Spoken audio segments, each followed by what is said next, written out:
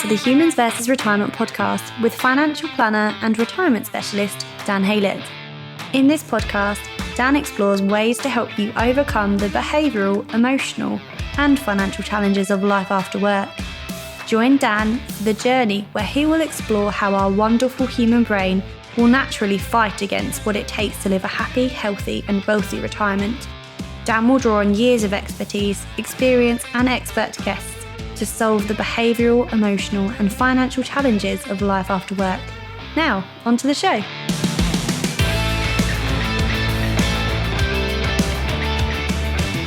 Hello and welcome to the Humans vs. Retirement podcast. I'm your host, Dan Haylett.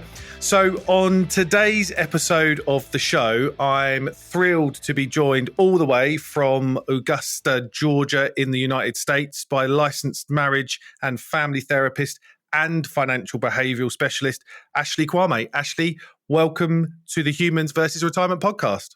Thanks, Dan. It's good to be here. Great to have you. So for all of those listening that like golf, this is being recorded at the start of Masters Week, which I'm presuming means a relatively chaotic week for you in Augusta. So thank you so much for joining. I'm insanely jealous and I wish I could be over with you watching the Masters, but I'll be watching it on telly.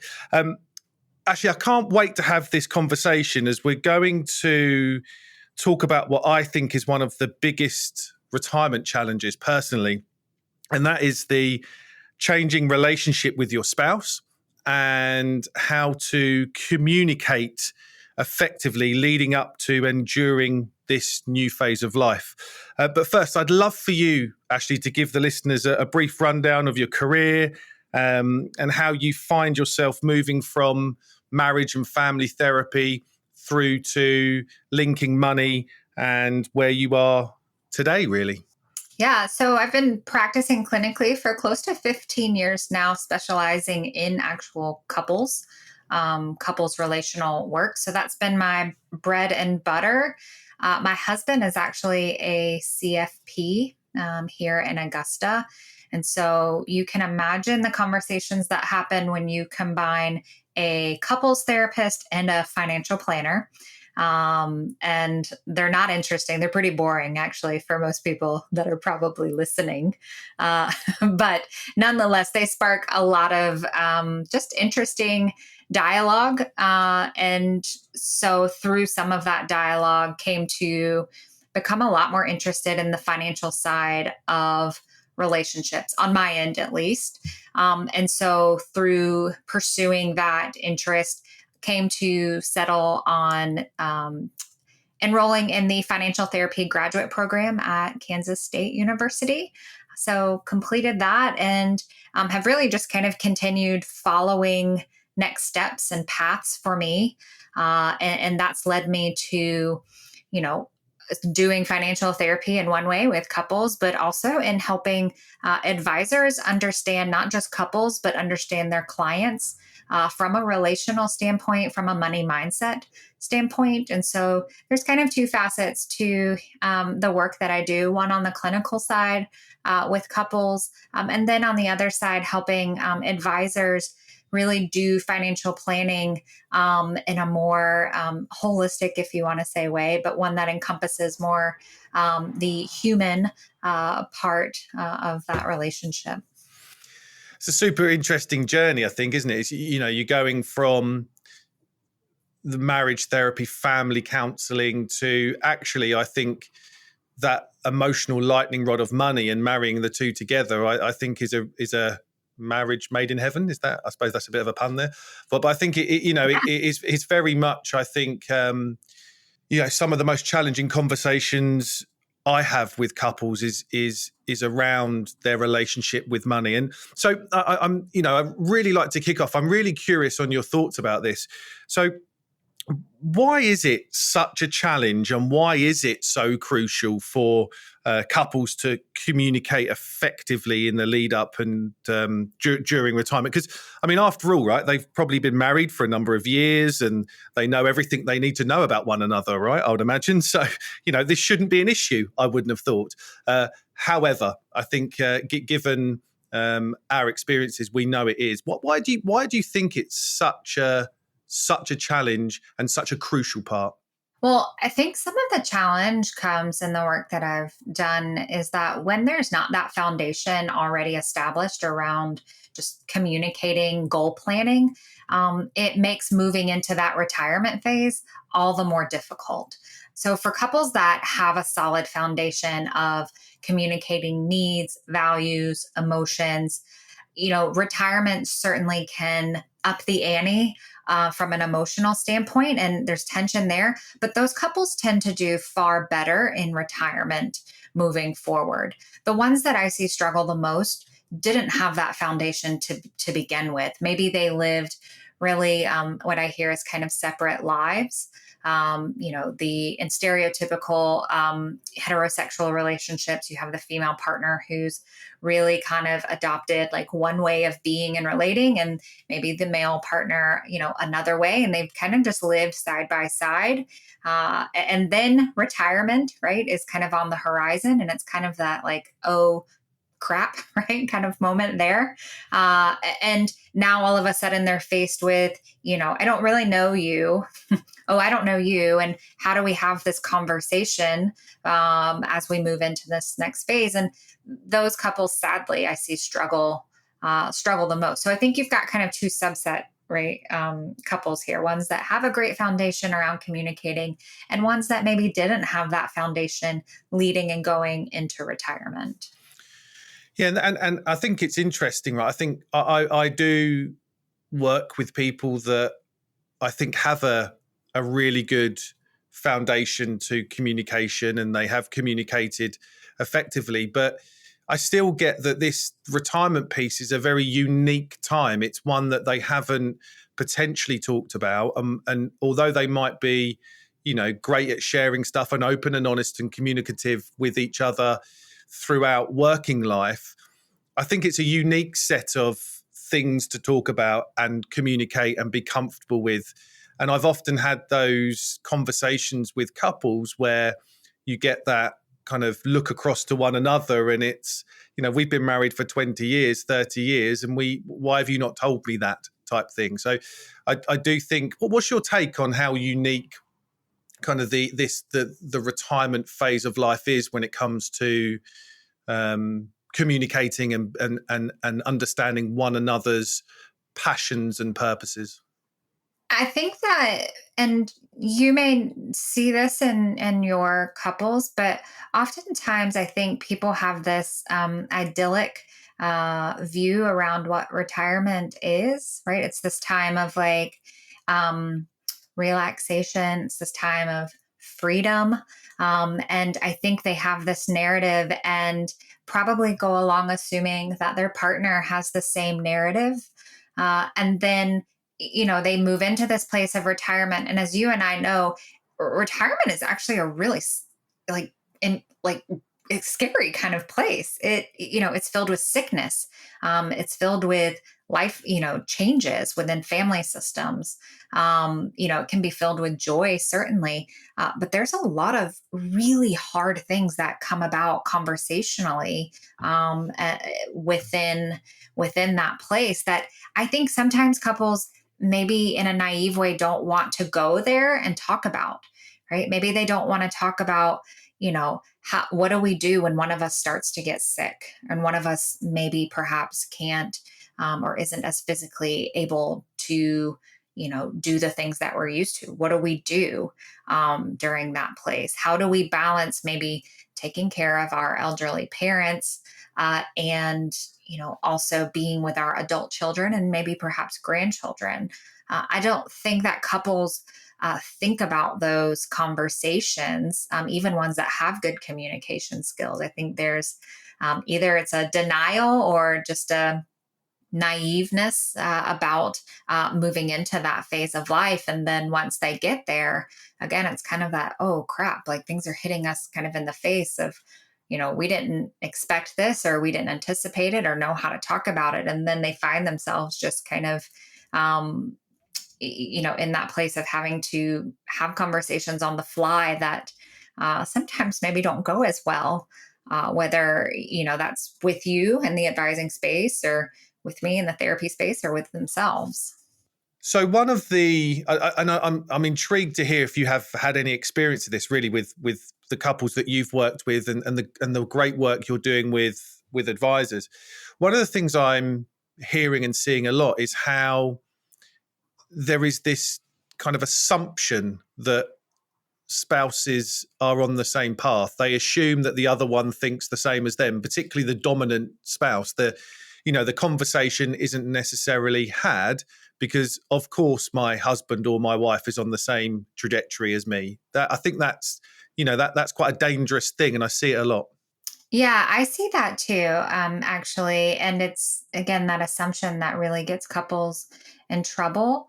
And I think where couples can benefit from working with a professional, such as an advisor and or a therapist, leading up to that time, and certainly during that time, right, is being able to dispel maybe any assumptions or myths that they have around retirement. Certainly, my preference would be leading up to it. That way, when we get there, things go a bit more smoothly. But yeah, there is that assumption piece, or even I see for females moving into retirement, this idea of things are going to maybe speed up. We're going to travel more. We're going to go and do this. I'm going to be involved in this.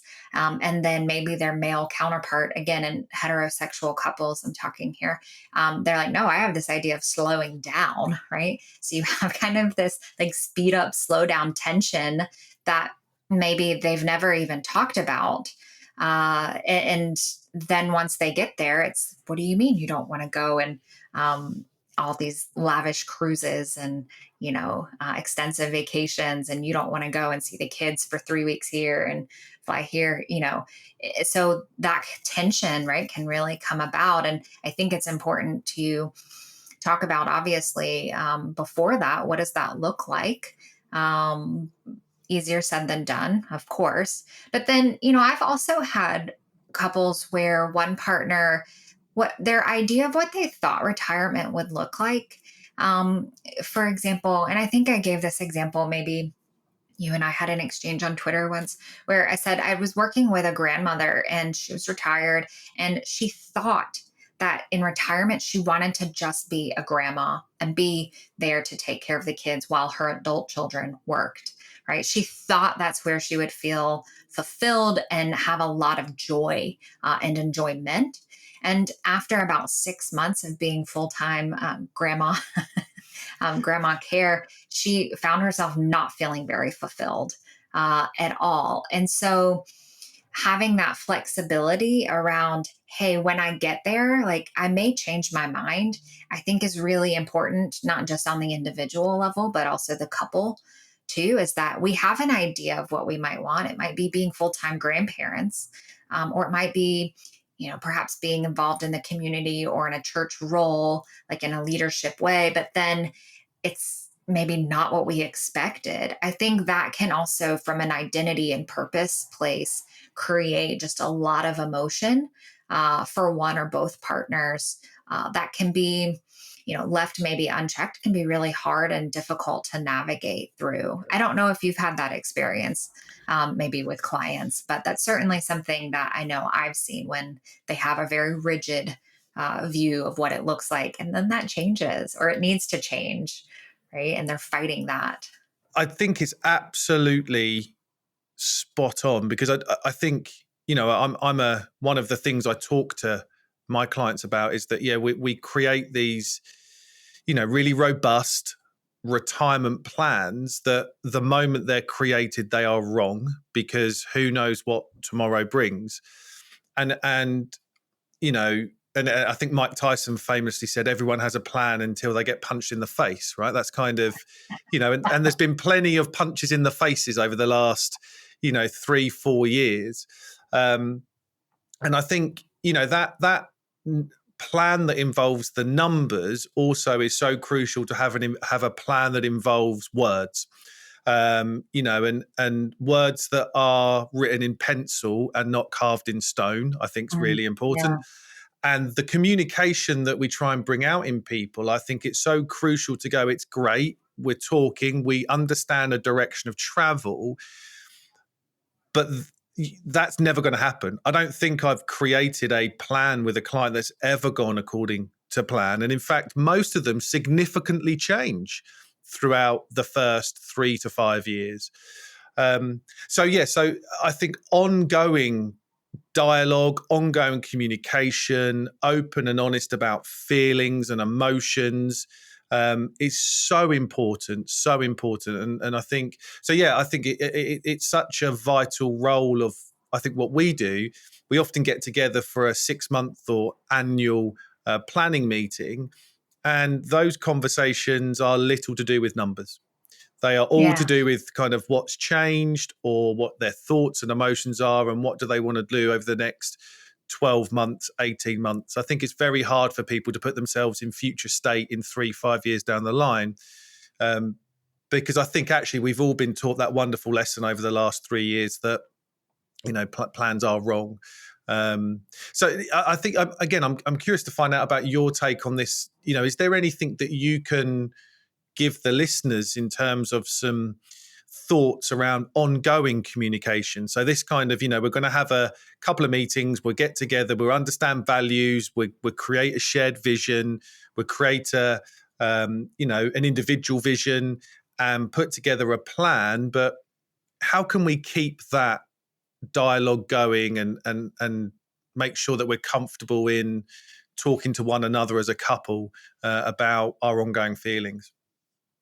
Yeah, I think the first thing that I encourage couples who are going into retirement is really not creating a very rigid long term plan. So, when couples are on the younger side, 20s and 30s, they are thinking like 20 years, right? But for our couples that are in like their 50s and 60s moving into retirement, I encourage them, let's just think kind of the next 3 to 5 years. I know for a lot of us, we might consider that more short term, but when you're reaching, your 60s, like, let's be honest, like, your mortality is like you're directly like at face with it. And depending upon the individual, their health, just a myriad of factors here, like 3 to 5 years can be a very long time. I had one couple where they had just started retirement and they were in their early 60s, and the male partner, unfortunately, was diagnosed with leukemia after working at a plant. And so their like timeline drastically diminished. And I know that this is a bit morbid and sad, right? But it had to switch from, instead of this like 10 to 20-year plan, to how do we want to maximize the next 3 to 5 years that we potentially have together, And so I encourage couples, like, let's think maybe a little bit, short term is long term for our retirement couples. And so, what do you want to accomplish in the next 3 to 5 years, given that your health, right, and everything stays maybe the same? So take smaller chunks would be kind of the first real point. From a gender standpoint, too, I don't know what you see, but I see typically women as going through this identity crisis, purpose change a lot earlier, typically around when their children launch and leave the house. And then on the flip side of that, I see men stereotypically struggle with that purpose, identity, place kind of when they are retiring, right?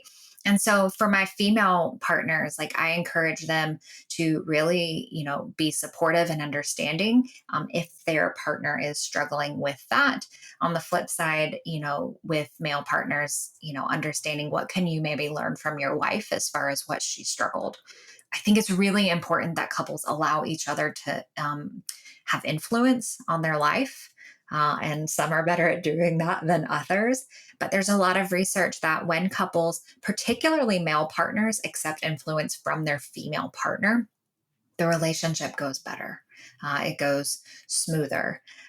So again, maybe that's hard for some couples to be able to do, but being able to influence one another in creating shared meaning, creating goals can really help that, especially that retirement time period, be fulfilling and smooth, right? And joyous.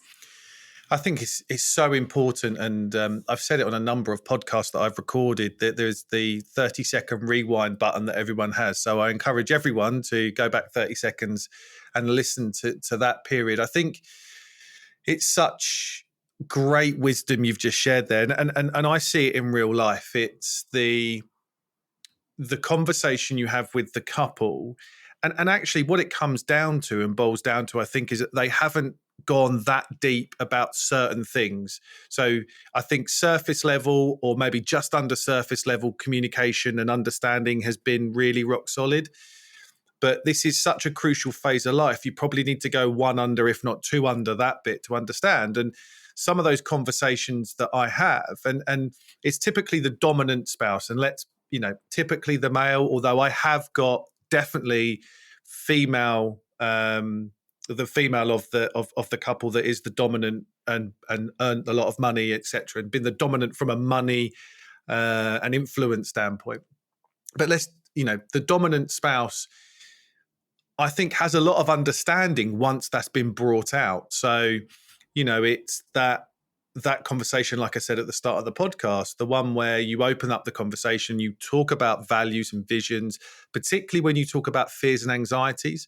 So when you talk about kind of what worries you about the next 3, 5, 10 years, and for the first time, I think a couple has got a safe environment where someone can mediate the meeting and mediate this conversation, where they feel like they can open up to the husband or the dominant spouse and say something. And the amount of moments I see from the dominant spouse to go, why have you never told me this?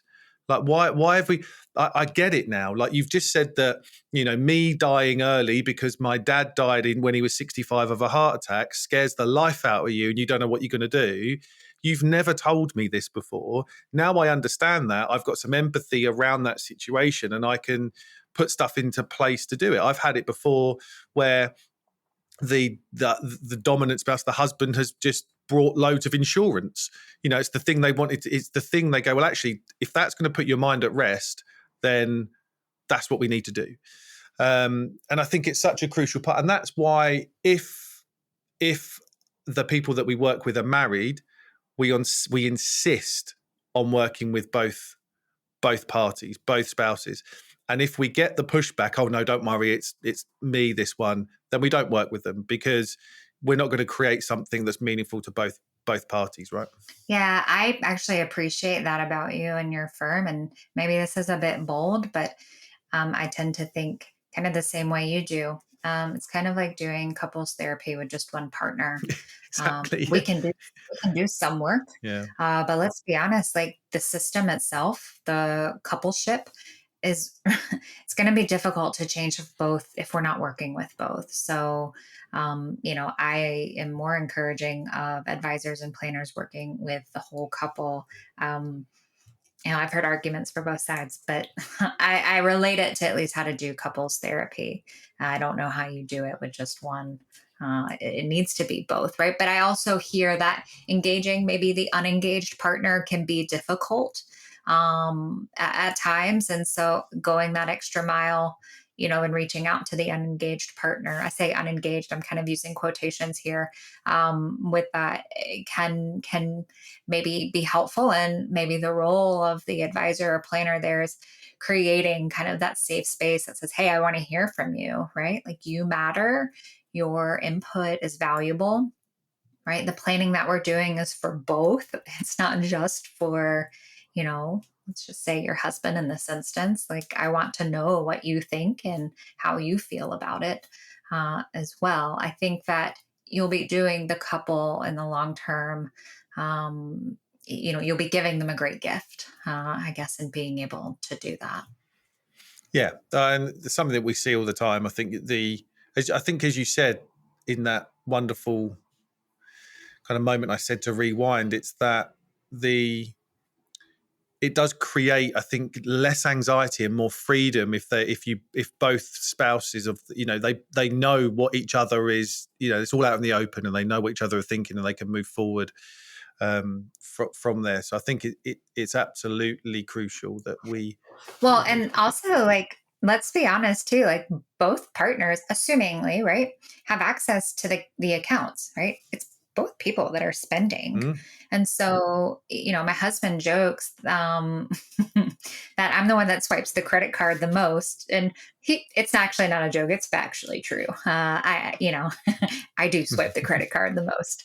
And so it's imperative that he and I are on the same page, right? If he was just creating this financial plan, like all by himself, right? But then, I'm over here spending, right? And not aligned maybe with what the plan is or not on the same page. It's his plan's going to go, to hell in a handbasket. It's not going to work.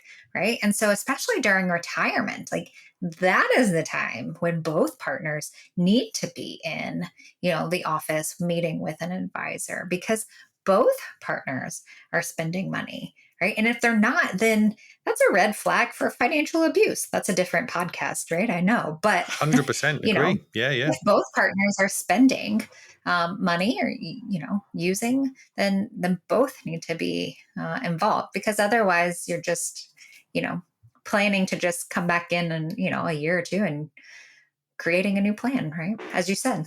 So I think another thing that's really interesting that the couples often say to me is that they are worried if one of them wasn't around anymore. So a really early death in retirement, within the first 5 years.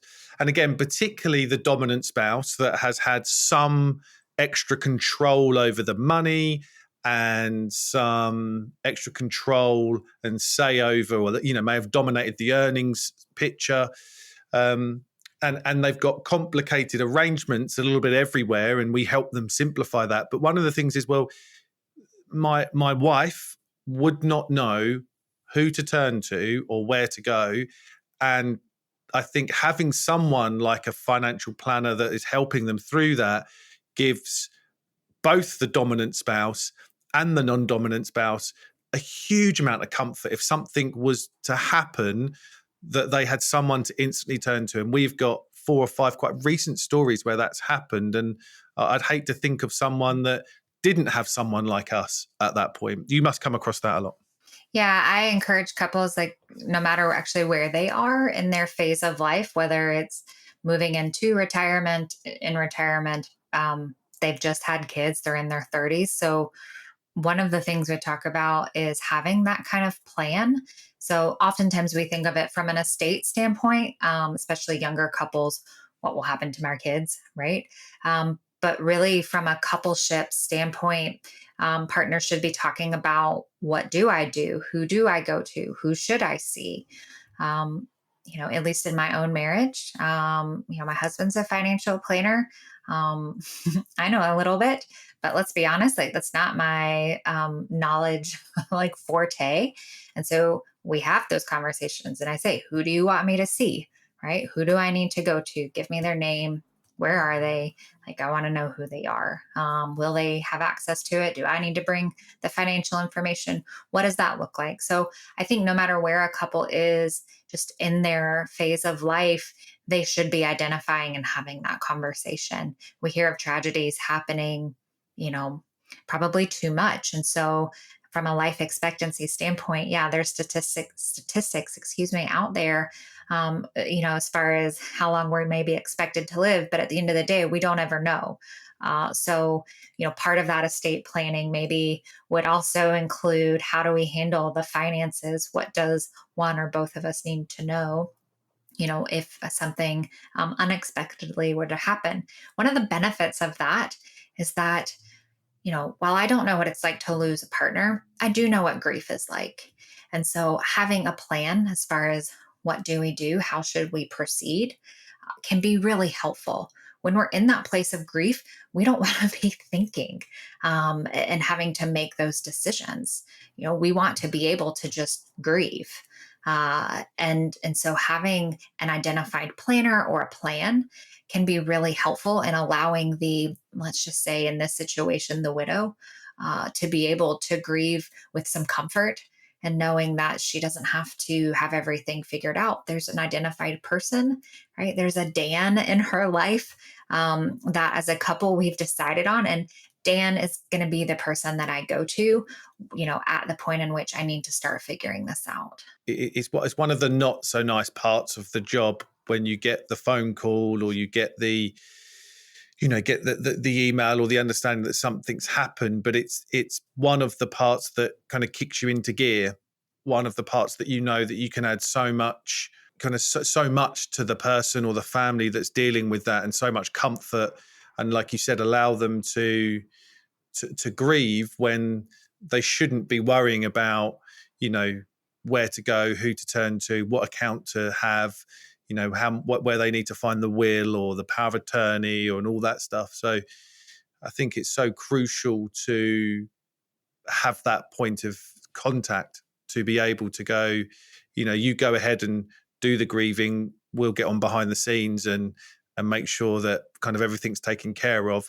And again, having those conversations up front, again, I think it's really important.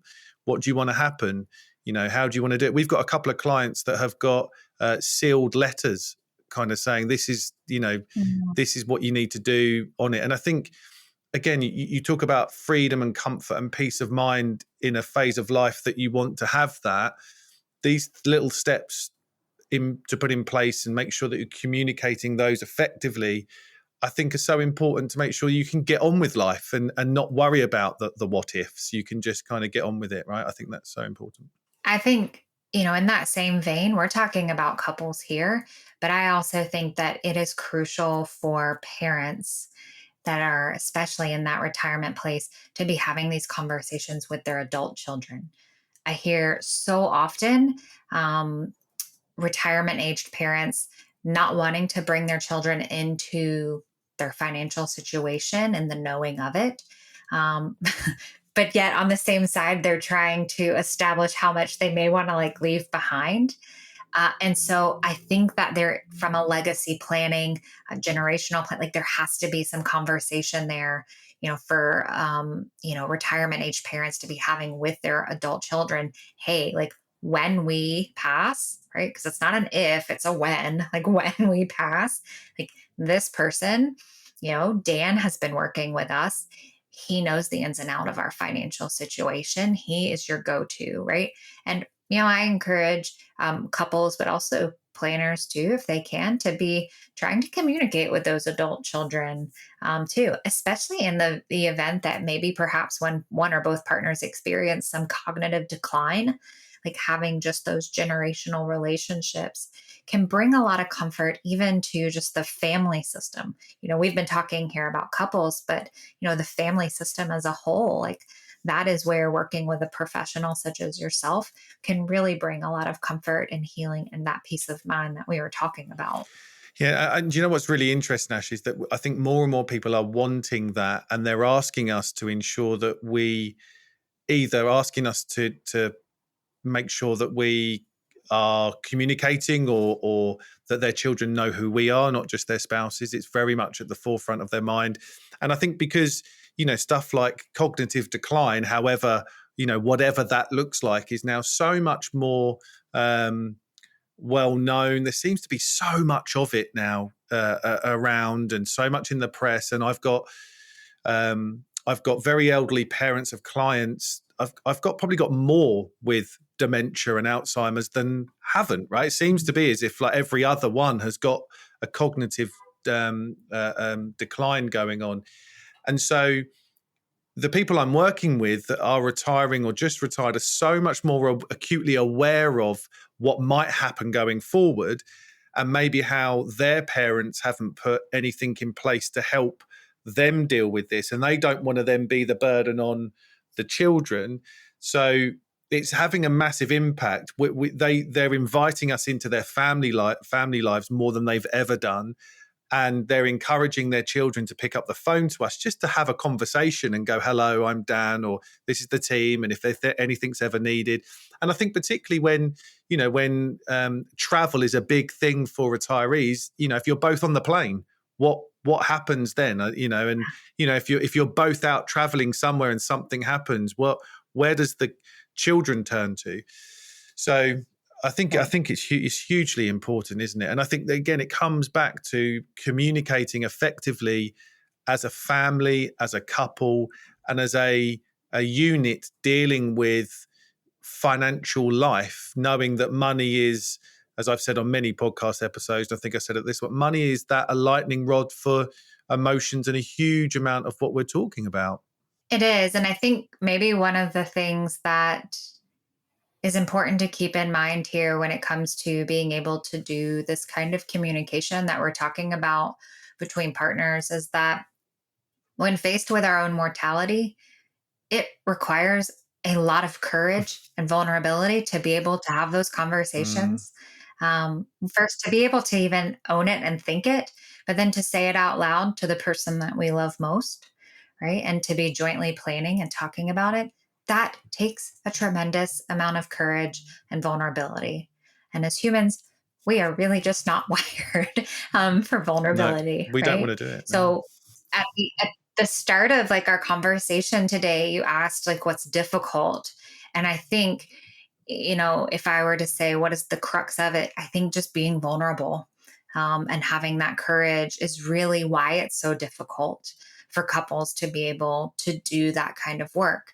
Some are better than others, and which is great. And we see that. You've probably seen that with those couples. But for those that struggle with that level of vulnerability or that being able to take that courageous step, it can have, a ripple effect from a communication standpoint, from a financial standpoint, that sometimes we don't really understand, or we don't really know. So encouraging really our couples to be vulnerable. And if that's difficult, right, finding someone like you, maybe finding someone like me, to be able to help facilitate those conversations can really prove to be an enormous gift, right, for them.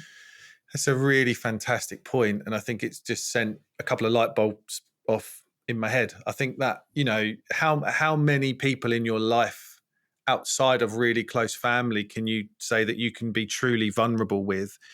And if you find those people and you are truly vulnerable with them, they often change your life, right? I think that's kind of whether they're therapists or planners or coaches or, I've played lots of sports and I've had sports coaches that I could be vulnerable with that have helped, that have truly changed what I can do. I've had a few people, but not many. So you can, and I think that's such a wonderful role that we can help people with, is to be vulnerable, to be open, and to communicate to enable the freedom to move forward. So I think that's a hugely positive kind of way to wrap that conversation up. I think encouraging people to find someone they can be vulnerable with, someone that they can talk to and facilitate that vulnerability, point it in the right direction, take all the positives out of it. Because, I think as we're talking, what's evident is that you get one shot at it. So make it a good one.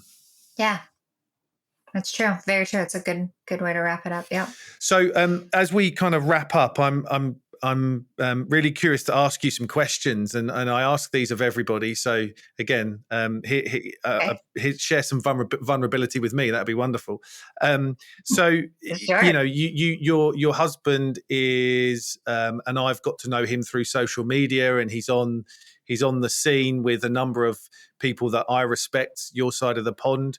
So I'm sure you've got this thing mapped out, right? So what does your retirement look like? I think professionally, I don't know if he and I will ever just stop working. I think we are just both wired in that way that we find a lot of value and purpose in the work that we do. So from a retirement place, we will probably dabble in something within our professional spheres, likely. To what extent? Probably at a reduced pace and a reduced rate. So I think there's that. I think I can say this for both. We both have a big travel heart. So I've done several study abroads. We lived in South Korea for a while, and so we both have very much a spirit of travel and adventure. So my hope is that it is filled while we plan to do a lot of that up until retirement, and that time period is really also includes probably more travel. Beyond that, I'm leaving a lot of room open for the unexpected, knowing that we both have aging parents, and wherever our kids end up, we'll probably want to maintain those relationships. But I just hope it includes a lot of adventure, with each other. Yeah, I think it's the feeling of retaining purpose and passion and pulling back the duvet. This kind of made up retirement thing that we've come to, with the made up thing we've called retirement, as I've said in other podcasts. I think we've come to institutionalize ourselves in that it's the end of life, it's the final stage. When in fact, like you said, I think you and your husband have built up a career of learning and understanding. This is now a time to think about how to best use that. And it doesn't mean that you stop work. It just means that you take control of your time and then use your skills in ways that can give you that ability. Because I think, we often hear that story, people that retire and don't keep mentally and physically active. I think the decline can be pretty rapid, right? Absolutely. Yeah, absolutely. I think what you said is really what I hope our retirement is, which is just the freedom of time. I hope that our financial resources and assets are just in a place to where we can choose kind of what we want to do and how we want to do things.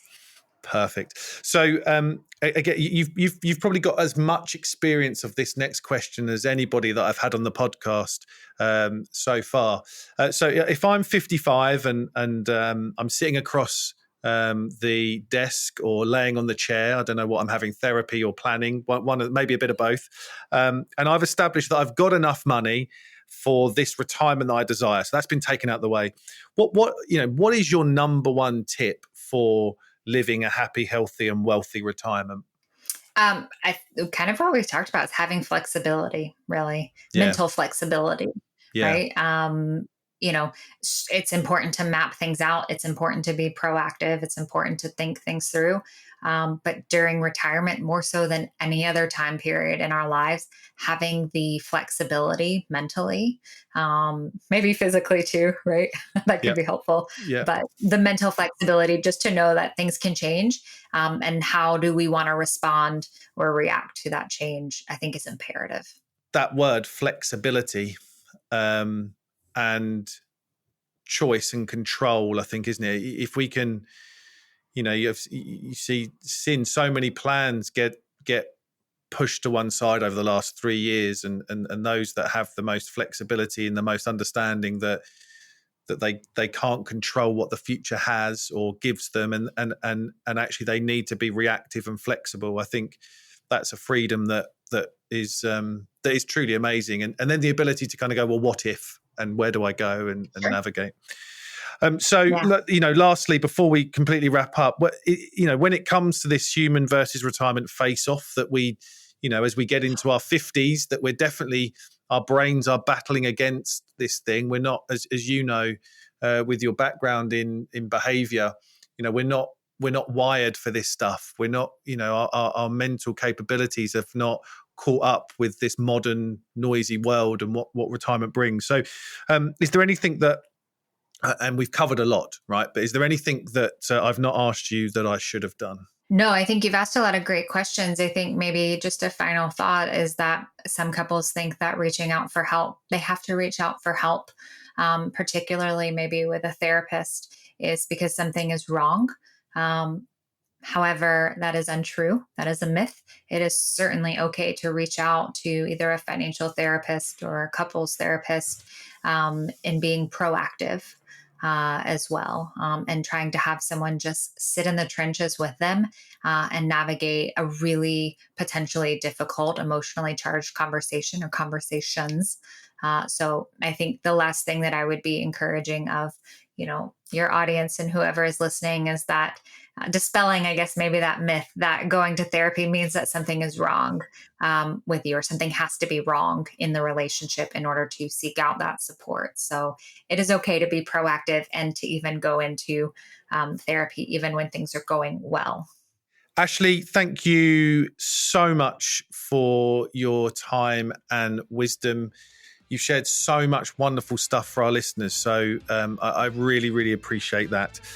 And thank you all for listening to the Humans versus Retirement podcast. It's been an absolute pleasure to have you with me today. Until next time, take care. Thank you for listening to the Humans versus Retirement podcast. Subscribe to be notified when new episodes become available. We would love to have you along for the journey. If you like what you heard, then we would appreciate you taking a few minutes to leave us a review. And lastly, if you want to explore your retirement plans further, download our free 7-step retirement GPS toolkit linked in the show notes. The information covered and posted represents the views and opinions of the guests and does not necessarily represent the views or opinions of TFP or Dan Haylett. This content is not intended to be a substitute for professional advice, so please always seek the advice of professionals with any questions you may have regarding your retirement.